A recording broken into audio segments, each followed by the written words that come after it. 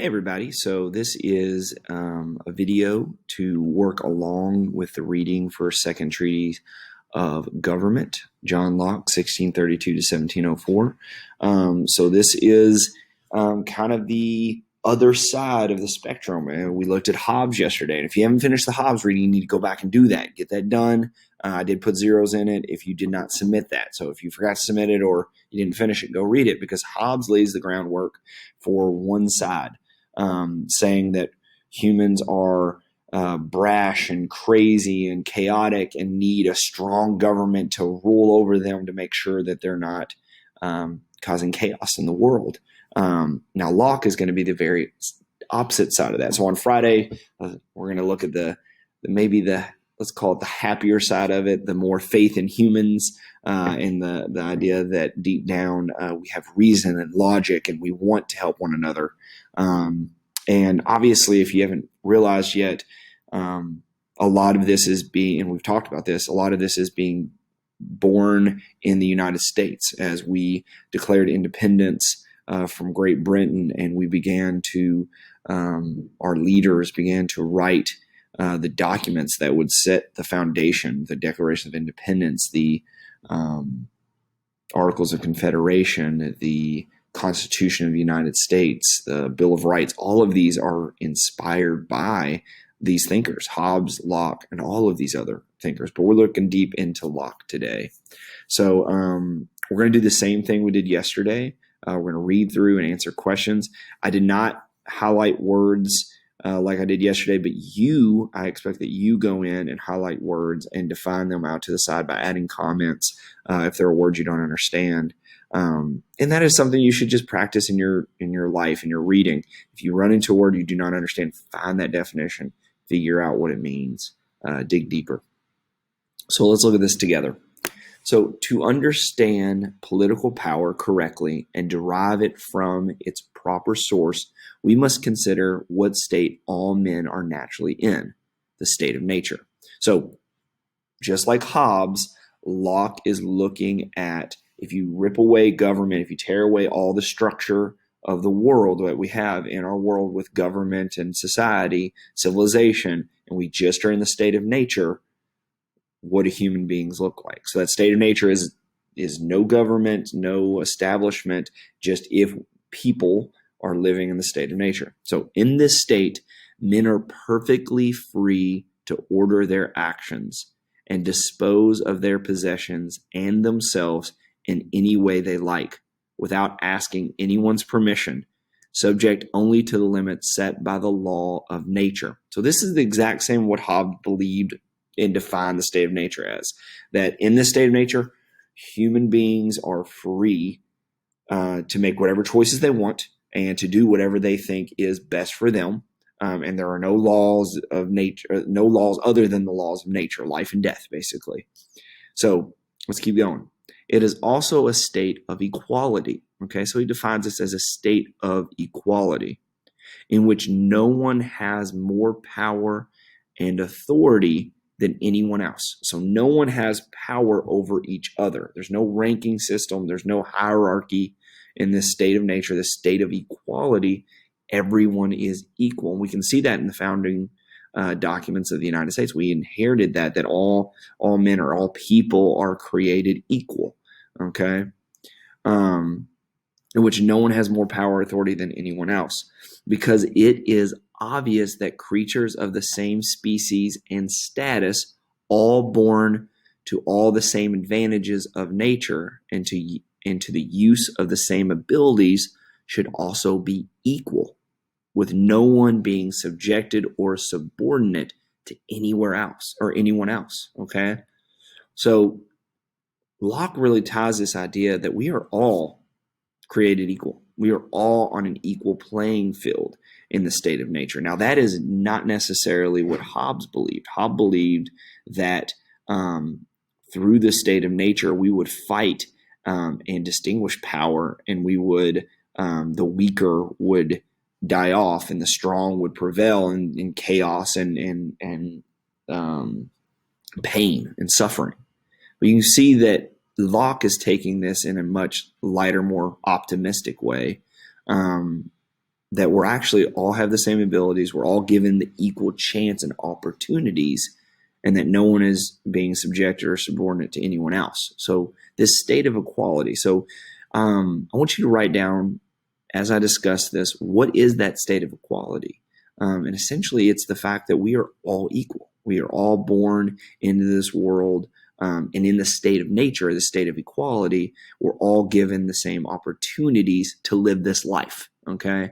And in the most basic nature, if we were in the state of nature, we'd all be given an equal chance to at this life. Okay. Now, obviously, we have different skills and talents and abilities, but in our own right, we're all given an equal chance. So pause the video, write down what you think is the definition of state of equality from this reading. Give me a couple sentences on that. Okay. So, but though this is a state of liberty, so to define liberty, we mean kind of freedom of choice, freedom to do what you want. There are no nothing holding you back. There's just this liberty to do what you want, these freedoms. It isn't a state of license in which there are no constraints on how people behave. So this is very different from how Hobbes believed. So Locke believes that this isn't just a place of chaos where there aren't any constraints on how people behave. Now, there's no government and no laws, but there are constraints on how we behave. And let's look at what he means. A man in that state is absolutely free to dispose of himself or his possession. So you can use yourself and your possessions however you like, but he isn't at liberty to destroy himself or even to destroy any created thing in his possession unless its destruction is required for some nobler purpose. So this is the big difference here. This right here, some nobler purpose, okay? So Locke believes that deep down in us, and we're going to find out later what's this linked to, but something deep in us, whether we can define it or not, there is a nobler cause, this idea of something better, something greater than just our root desires of survival, okay? So he says that this nobler purpose keeps us from that chaos, keeps us from destroying one another, okay? Keeps us from that destruction, okay? Because we know that destruction only leads to more death, more chaos, okay? So there's something in us keeping us from that. And there's kind of a modern time, a Lockean idea, and they compare this to going to the supermarket. Okay, we go to the supermarket, we buy our goods, we load up our shopping cart, we pay for the goods. Now there's laws and things keeping us from escaping and doing things we're not supposed to.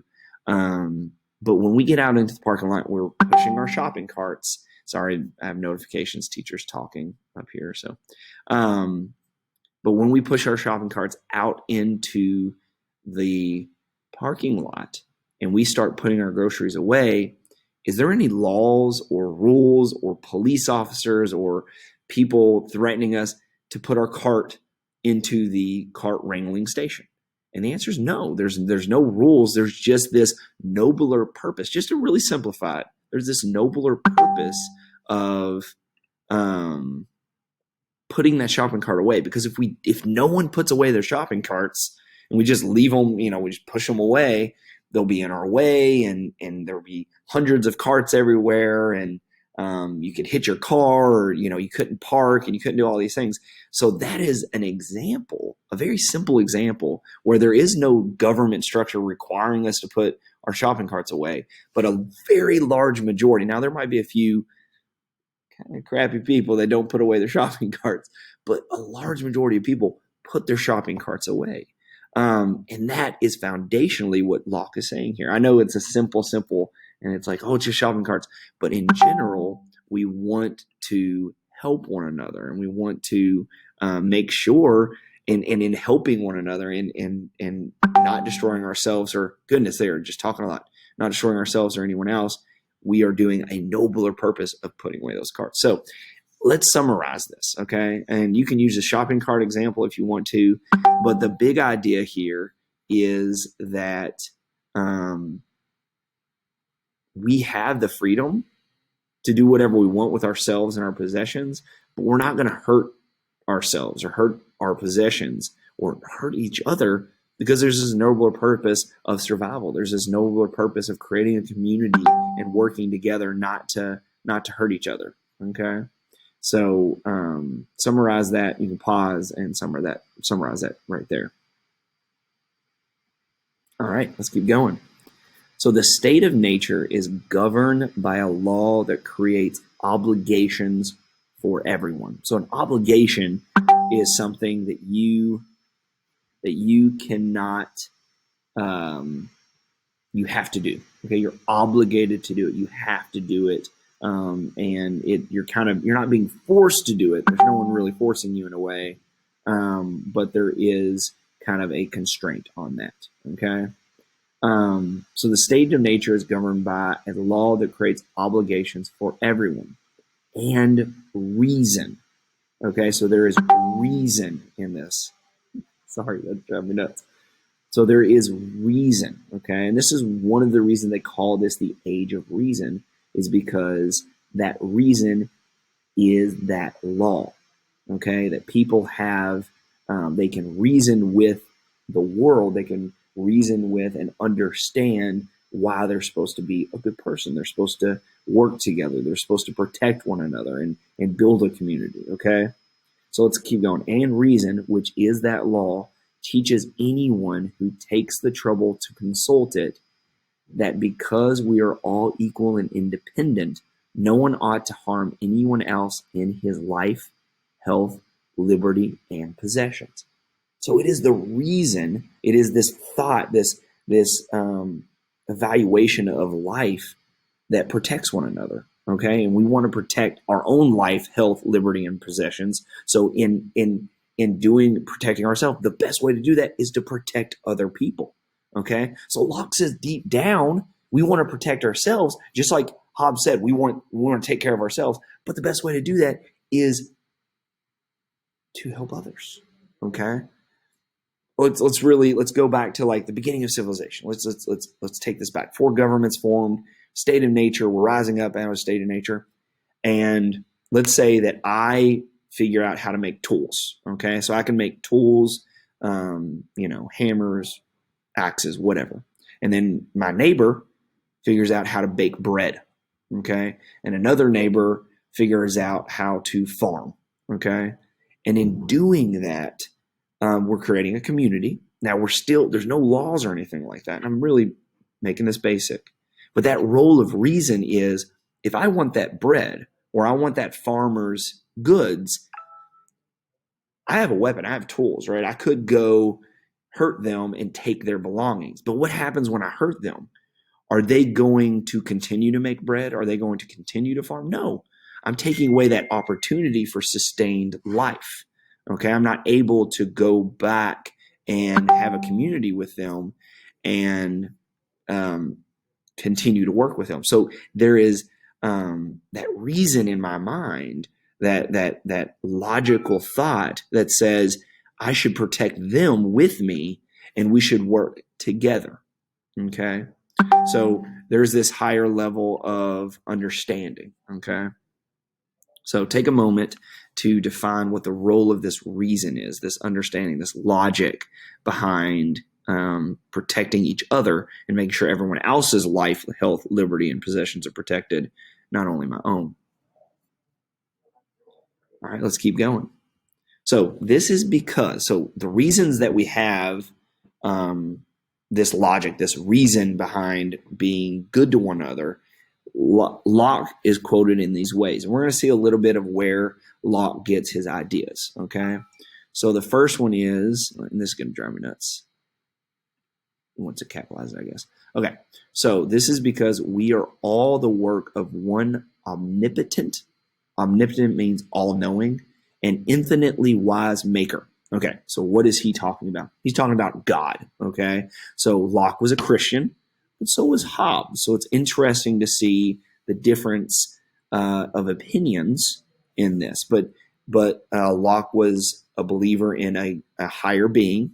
Now he was Christian, but technically this could, there are many monotheistic, omnipotent, infinite gods in different religions. We've looked at those.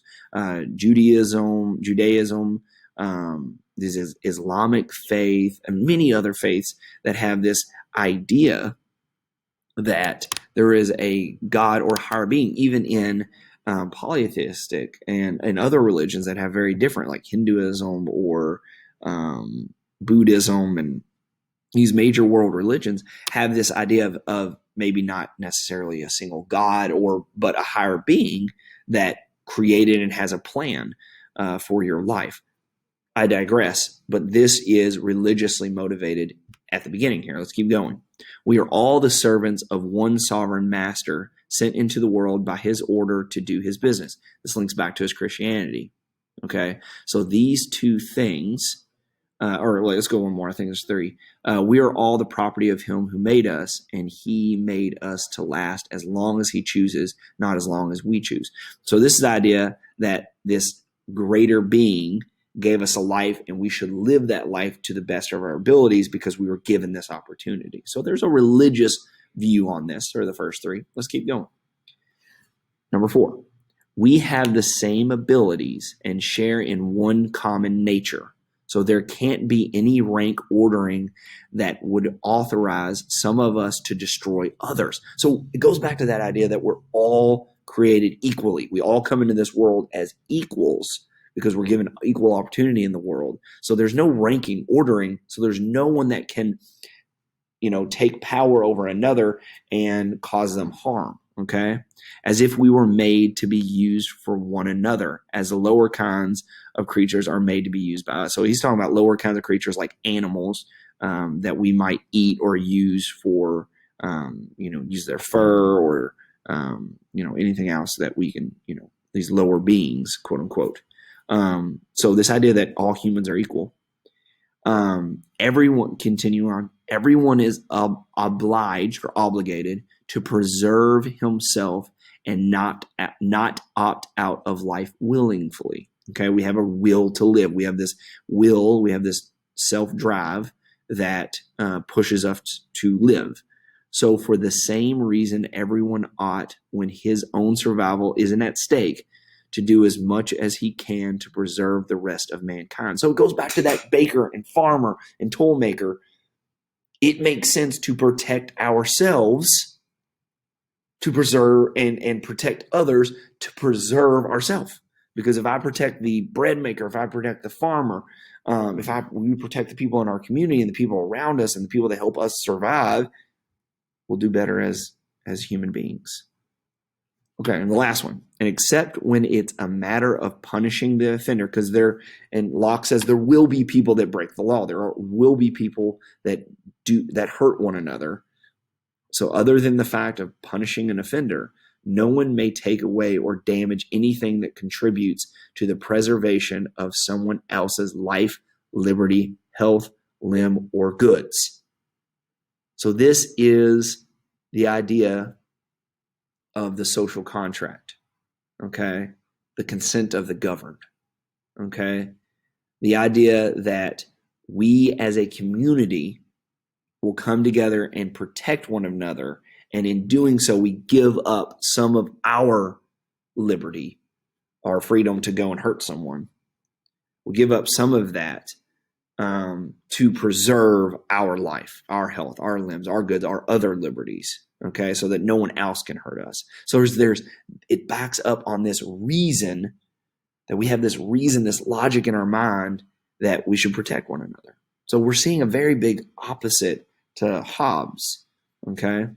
So I want you to go back and highlight the reasonings that stand out to you the most and then explain why, okay? So highlight 2 or 3 of these at minimum and then explain why they stand out to you the most. Not at minimum, I'm sorry. Highlight like 2 of them and explain why those 2. And it can be, the first 3 are religious based and the rest, you don't have to pick those, but you can pick these others 2 down here or 3 down here and explain why they mean something to you and make logical sense. All right, let's keep going. I think it's our last section. So that all men may be held back from invading the rights of others and from harming one another, and so that the law of nature that aims at the peace and preservation of all mankind may be obeyed, the enforcement of that law of nature in the state of nature is in every man's hands, so that everyone has a right to punish lawbreakers as severely as is needed to hinder the violation of the law. So now Locke is starting to talk about what kind of government thinks he should have. So everyone should have a voice in that government. Okay, so what type of government do you think Locke wants? If everyone can have a voice, we know that he's talking about democracy. Okay, while Hobbes wanted an absolute monarchy where there's one person in power, Locke says it should be the other way around. It should be everyone having power so that everyone is protecting each other. And those who break the laws that protect everyone should be punished enough to hinder that violation.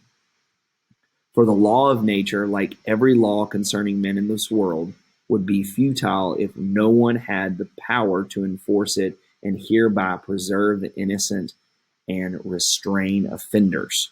And in this state of nature, if anyone may punish someone for something bad that he has done, then everyone may do so. So I want you to do two things. One, summarize how are people held accountable in this version of state of nature. And the big idea here is that everyone is backing this. Everyone, not one person, but everyone is working together to create laws and understandings and to punish people who are breaking those laws. So that's how people are held accountable, is by everyone coming together. And then I'm gonna add an answer here. What type of government is Locke explaining in these paragraphs?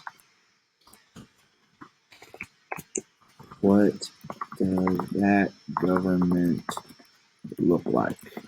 Okay, so obviously I've told you the answer. He's talking about democracy, but I want you to explain what Locke's democracy looks like.